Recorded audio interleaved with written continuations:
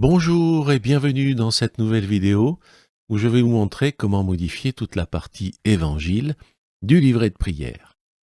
Alors, je pars de mon livret modèle que je sélectionne, je double-clique dessus pour l'ouvrir ou si j'ai plusieurs logiciels de traitement de texte, dont un que je préfère et qui n'est pas celui par défaut, je fais un clic droit, ouvrir avec et je sélectionne le bon logiciel. Je vais ensuite sur Internet pour rechercher les informations sur le site AELF que nous connaissons bien.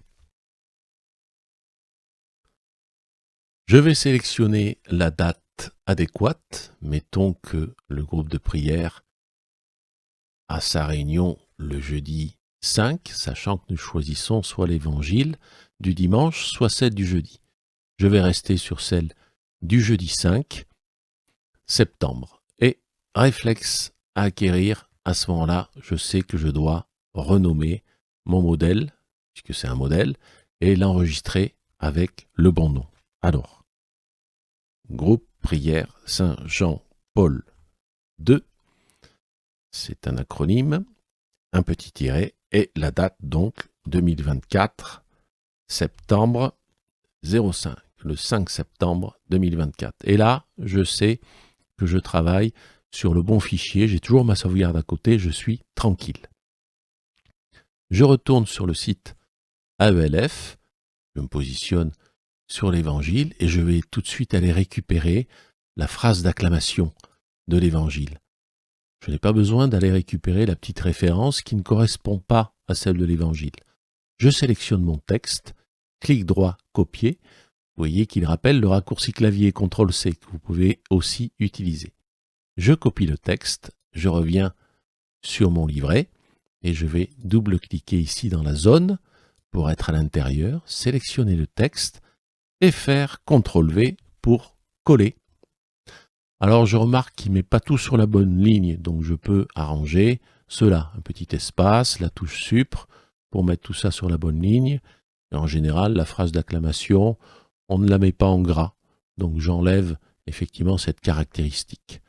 Dans cette zone-là, dessous, c'est pas l'évangile du dimanche, mais l'évangile du jeudi que j'ai choisi. Donc je pense à la modifier également.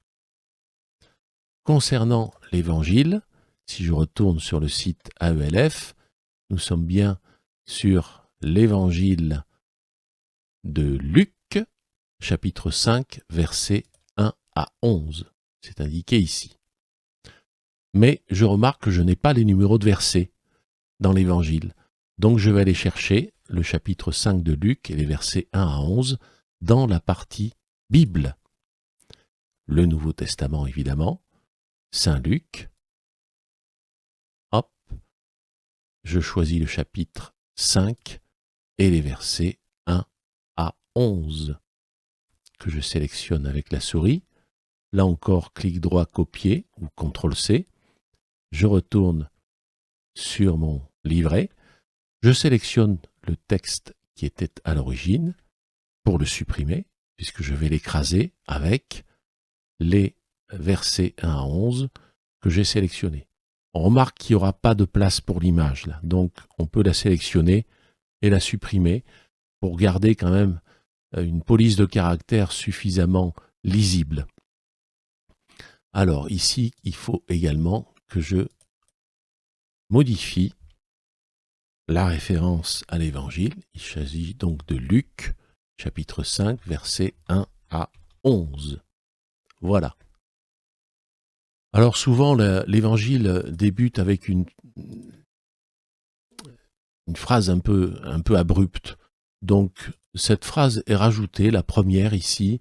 Je ne sais pas s'il faut la conserver ou on peut simplement la réduire en disant « en ce temps-là », mais ça n'a pas forcément toujours beaucoup de sens. Donc là, c'est à vous de voir un petit peu au fil du temps ce qu'il convient ou pas de rajouter.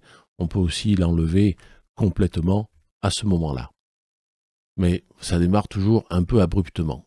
Voilà, cette zone de texte, vous voyez, même si elle est plus courte, ne réduit pas, en tout cas les caractères qui sont tapés, donc il n'y a pas de souci. Il n'y a que si effectivement réduit dans la largeur la zone de texte, que là, il y aura un petit problème de calage. Donc j'annule l'opération, n'oubliez pas, avec CTRL Z ou alors ce petit icône, voilà, pour revenir à la position précédente. Voilà pour la modification de l'évangile. Alors ici, j'ai oublié, vous voyez, de remplacer Saint Marc par Saint Luc. Ah, heureusement, je m'en suis rendu compte. Voilà pour cette partie. J'espère que cette vidéo vous aura plu. N'oubliez pas de vous abonner à la chaîne. Je vous dis à très bientôt. Merci de votre attention. Au revoir.